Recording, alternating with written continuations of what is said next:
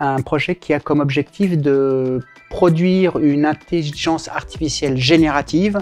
pour les usagers de l'UPEC, essentiellement les administrations et les étudiants, puis ensuite, en fonction du développement que ça aura, vers les enseignants-chercheurs et les enseignants. Je suis l'animateur du projet, donc j'ai fait en sorte qu'il y ait tout un tas de personnes qui viennent s'investir dans le projet, aussi bien au niveau des directions de service qu'au niveau de la DSI, qu'au niveau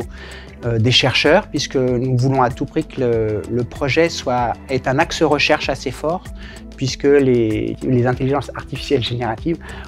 ont comme ambition de changer nos méthodes de travail et on aimerait bien pouvoir étudier d'un point de vue gestion, sciences sociales, droit, comment ça va se faire dans notre université.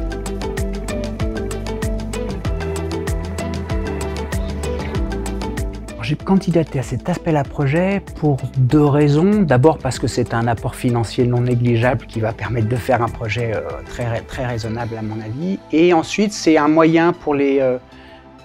personnels de l'université qui ne sont pas les enseignants-chercheurs, donc qui n'ont pas l'habitude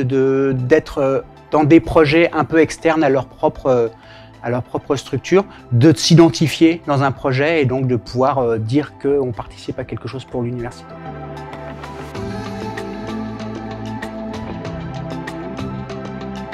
Alors le projet est transversal parce qu'il met en relation aussi bien des directions de services, des services que des enseignants-chercheurs, des étudiants et du personnel en général, donc ça c'est transversal. Et il est transformant, alors je vais pas dire qu'il est transformant a priori, tout le monde dit que les intelligences artificielles vont transformer le travail des gens, donc on se met dans ce mouvement-là pour voir si c'est vrai, si ça a un intérêt et si on va pouvoir aboutir à quelque chose.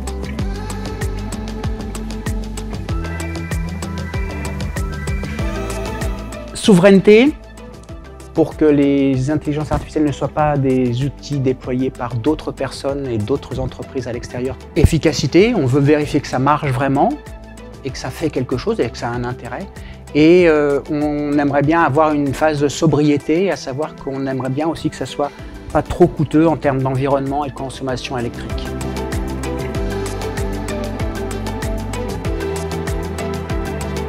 Septembre-octobre prochain, donc 2024, où il y aura le premier prototype sur certaines données qui pourront voir un peu l'efficacité à la fois du côté technique et à la fois pour voir si le personnel se l'accapare ou pas.